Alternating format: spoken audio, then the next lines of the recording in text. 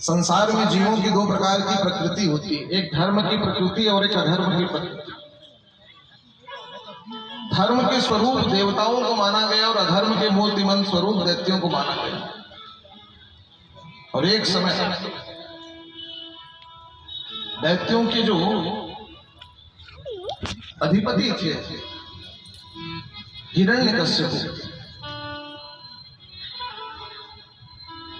उन्होंने अपनी मां से हिरण्याक्ष के वध के बाद, जब भगवान ने यज्ञ बारह रूप धारण करके हिरण्याक्ष का वध किया, तो प्रतिशोध की अग्नि में जल करके अपनी मां दीति से हिरण्यकश्यपु ने वचन दिया कि मां, सदा इन देवताओं ने हमसे छल किया, लेकिन अब की बार मैं ऐसा वर प्राप्त करूंगा कि सारे संसार में मुझे कोई मिटा नहीं पाएगा, मैं अजेय बन जाऊंगा। और इस संकल्प को लेकर के बड़ी कठिन साधना हिरण्यकश्यपु ने ब्रह्मा जी की थी। और ब्रह्मा जी प्रसन्न होकर के प्रकट हुए तो हिरण्यकश्यपु ने निवेदन कर दिया कि प्रभु एक ही वरदान आपसे चाहिए। कौन सा? किसी के मारे हम न मरे, हम काहू के मरे न मारे। ब्रह्मा जी ने कहा तुम लोग तपस्या करने में पीछे नहीं रहते राक्षसों, राक्षस भी बड़ी तपस्या करते हो, लेकिन मांगने की बारी आती है तो और कुछ मांगना नहीं आता। हर राक्षस यही कहते हो किसी के मारे ना मरे। हर बार मैं कहता हूँ कि जिसका जन्म लेना संसार में जितना सत्य है बेटा, उसको मरना भी सत्य है। मैं ब्रह्मा भी अमर नहीं हूँ तो मैं तुझे कैसे अमर होने का वर दे दूं? ब्रह्मा की भी द्विपरार्ध की आयु होती है, उसको भी मरना पड़ता है। मैं जब खुद अमर नहीं हूँ तो तुझे कैसे अमर बना और कुछ मांग लेता। और तब ऐसा दुष्ट वर मांगा, प्रभु नान्तर बहिर दीवान, न दिन में मरू न बाहर में, न अंदर मरू न बाहर। और ठीक से विचार कर ले, आपकी सृष्टि से उत्पन्न किसी जीव के द्वारा न मरो, कहा दिया। और कहा प्रभु न आकाश में मरू न पृथ्वी में, ब्रह्मा जी ने कहा वो भी दिया। प्रभु 12 महीने में न मरो, इतनी बुद्धि घुमाई, वो भी दिया। और सोच ले, और तब कह दिया प्रभु किसी भी अस्त्र शस्त्र से न मरूं। ब्रह्मा जी ने कहा देने का विभाग हमारा बेटा, और उद्धार करने का विभाग भगवान नारायण, वो जाने कैसे उद्धार करेंगे। अब ऐसा दुष्ट वरदान मांगा। ये 3 लोग 14 भुवन में हिरण्यकश्यपु अजेय हो गया। सारे देवता डर के कारण अंदर खो गुफा में छिप गए, और त्रैलोक्य में हिरण्यकश्यपु का वो प्रभाव हुआ कि भगवान को भी वैकुंठ से अदृश्य होना पड़ा, क्योंकि अगर मैं अभी लड़ूंगा तो मैं भी पराजित हो जाऊंगा, देखो इसका वर ही ऐसा है। पर देखो हिरण्यकश्यपु ये 4 पुत्र थे, अनुल्हाद, साल्हाद, आल्हाद। लेकिन जिस समय हिरण्यकश्यपु तप में गए उस समय गर्भ में आधान हुआ प्रहलाद का, और जिस समय हिरण्यकश्यपु नहीं था उस अवधि में नारद जी ने उसकी मां को नारद भक्ति सूत्र का ज्ञान दिया, और वो ज्ञान भक्तराज प्रहलाद ने मां गयाधु के गर्भ में पाया। तो इसलिए एक दिव्य रूप में प्रहलाद का वहां जन्म हुआ। बोले प्रहलाद जी महाराज की। और प्रहलाद मतलब साक्षात भगवान की श्रद्धा आस्था की वो दिव्य मूर्ति प्रहलाद का अद्भुत प्रहलाद का स्वरूप था। और देखो प्रहलाद को जब देखा हिरण्यकश्यपु ने तो अपने हृदय से लगाया और कहा कि बेटा बड़ा सुंदर तेरा स्वरूप है,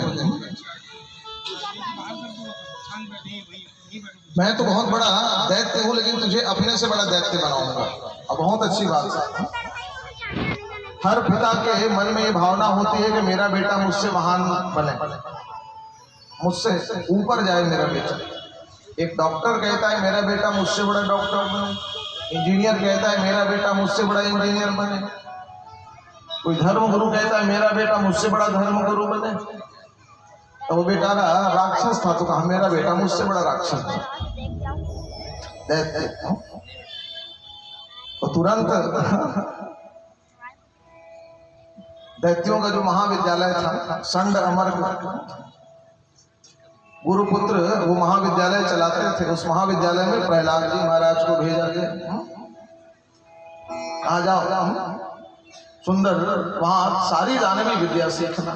और देखो प्रहलाद जी महाराज गए गुरुकुल, और जब प्रहलाद जी महाराज गुरुकुल गए तो धीरे धीरे दानवी विद्या उनको संड और मर्ग नाम के दो शुक्राचार्य के पुत्र थे, वो दानवी विद्या प्रहलाद को सिखाने लगे। अब दानवी विद्या मतलब छल कपट प्रेस पाखंड।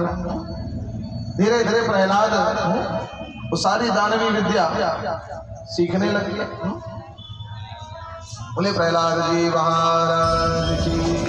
लेकिन हृदय में तो भगवान की भक्ति और आस्था थी। सारे बच्चों को गुरुकुल में बैठा लेता प्रहलाद और भगवान नाम के प्रभाव से सबको जोड़ने लग जाता। बड़ी सुंदर सुंदर भगवान की महिमा की बातें जब प्रहलाद करता था तो सारे विद्यालय के बच्चे प्रभावित हो जाते कि कितनी सुंदर ये भगवान की बात करता है। तब कहते कि प्रहलाद इसी गुरुकुल में तू भी पढ़ता है और हम भी पढ़ते हैं बेटा, लेकिन जो अच्छी अच्छी बातें तू करता है हम क्यों नहीं जानते। तो कहा चलो मेरे साथ भगवान नाम का कीर्तन करो, जो ज्ञान मुझे भगवान नारायण की भक्ति का है वो तुम्हें भी हो जाएगा। तो सारे बच्चों के साथ सुंदर संकीर्तन प्रहलाद जी महाराज गुरुकुल में करने लगे। श्रीमन नारायण नारायण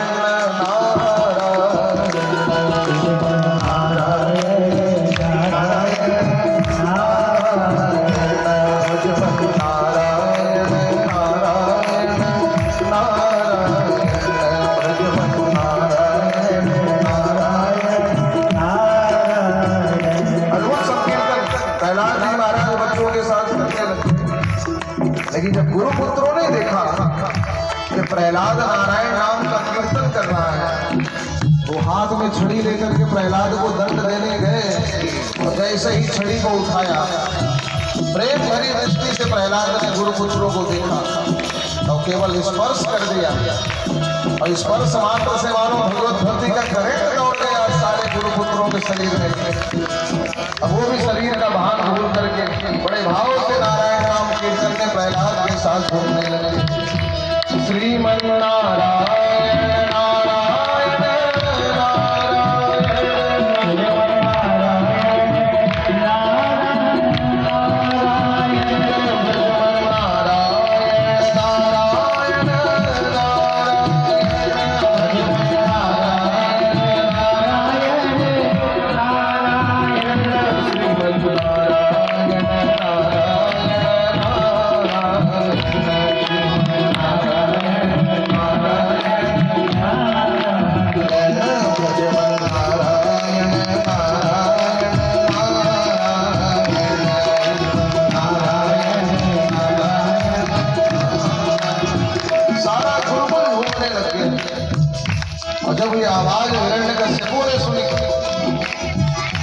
हिरण्यकश्यपु के क्रोध का पारावार नहीं रहा। घोर गर्जना करते हुए हिरण्यकश्यपु पहुंचा उस विद्यापीठ में और कहा गुरुपुत्रों यही शिक्षा सीखने के लिए मैंने प्रहलाद को यहाँ भेजा था। दानवी विद्या सीखने के लिए मैंने भेजा और ये तो नवदा भक्ति सुनाता है, यही सिखाया। गुरुपुत्रों ने कहा कि वो हमने नहीं सिखाया, किसी और ने भी नहीं सिखाया। न मत प्रणीतम न पर प्रणीतम, ये तो मां के गर्भ से ही सब कुछ सीख करके आया है, नैसर्गिक बुद्धि है। हिरण्यकश्यपु ने कहा कि प्रहलाद नारायण नाम तुझे भूलना होगा, क्योंकि पिता ही ईश्वर होता है। पितृदेव भव। प्रहलाद ने कहा इस जन्म में आप मेरे पिता हो सकते हैं, लेकिन उस परम पिता से जो मेरा अनंत जन्मों का संबंध है मैं उसे भूल नहीं सकता। और कहा अगर तू उसको नहीं भूल सकता तो तुझे जीने का भी अधिकार है, तुझे जीने का भी अधिकार है। और बड़ा भय दिखाया, पहाड़ की ऊंची चोटी से फिकवाया, विषधर सर्पों से डसवाया, लेकिन प्रहलाद की वो निष्ठा कि वो सारा प्रयास निष्फल हो गया। अंत में मां दयालु के हाथों विष का प्याला मिलाया, लेकिन वो विष का प्याला भी अमृत बन गया प्रहलाद के लिए।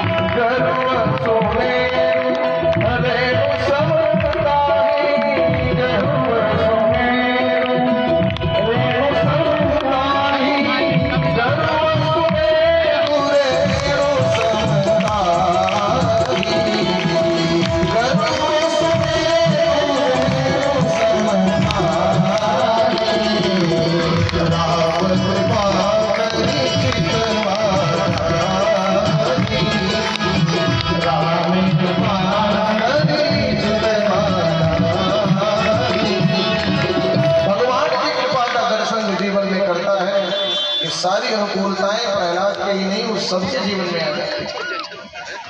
हमें और प्रहलाद में यही अंतर है कि जीवन में दुख आता है तो हम भगवान से दूरी बनाते हैं, लेकिन प्रहलाद के जीवन में जितना दुख आया उतना ही विश्वास उसने भगवान के चरणों में प्रकट किया, और उस विश्वास के बल पर ही हर कष्ट से भगवान उसकी रक्षा करते थे। जब हर प्रयास निष्फल हो गया हिरण्यकश्यपु का, तो हिरण्यकश्यपु ने कहा कि लगता है कि तेरी मृत्यु मेरे ही हाथों लिखी है, सारा संसार मेरे भय से कांपता है। तुम कहाँ छिपे भगवान, करो मत देरी, दुख हरो द्वारिका नाथ शरण, दुख हरो द्वारिका नाथ शरण तेरी। तुम कहाँ छिपे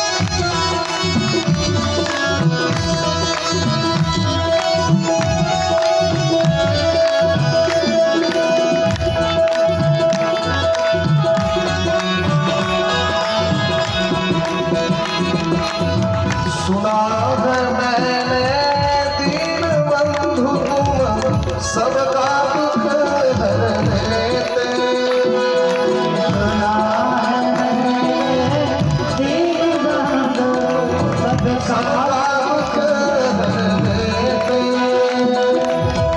जो निराश है उनकी झोली आशा से भर देते,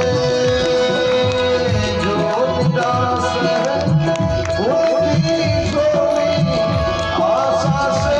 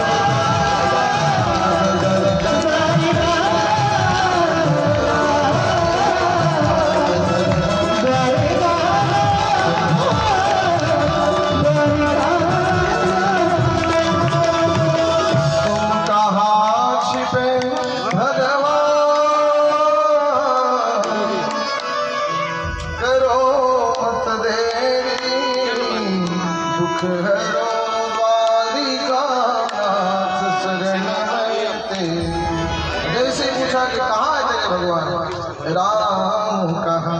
प्रहलाद ने कहा कहाँ नहीं है मेरे भगवान, सब ठाव। और उसी सभा में एक विशाल स्तंभ था, उस स्तंभ की ओर दिखाते हुए हिरण्यकश्यपु ने पूछा कि इस खम्भे में भी तेरे भगवान? खम्भ में। और जैसे ही कहा कि खम्भ में, तो भगवान इतने विचलित थे कि पता नहीं कहाँ है, कह दे पुकारने में देरी हो जाए प्रहलाद में, मेरे प्रकट होने में देरी नहीं होनी चाहिए। और जैसे प्रहलाद के मुंह से हाँ शब्द निकला, मानो आकाश मंडल फट पड़ा और घोर गर्जना के साथ भगवान प्रहलाद के सामने प्रकट हुए। बोले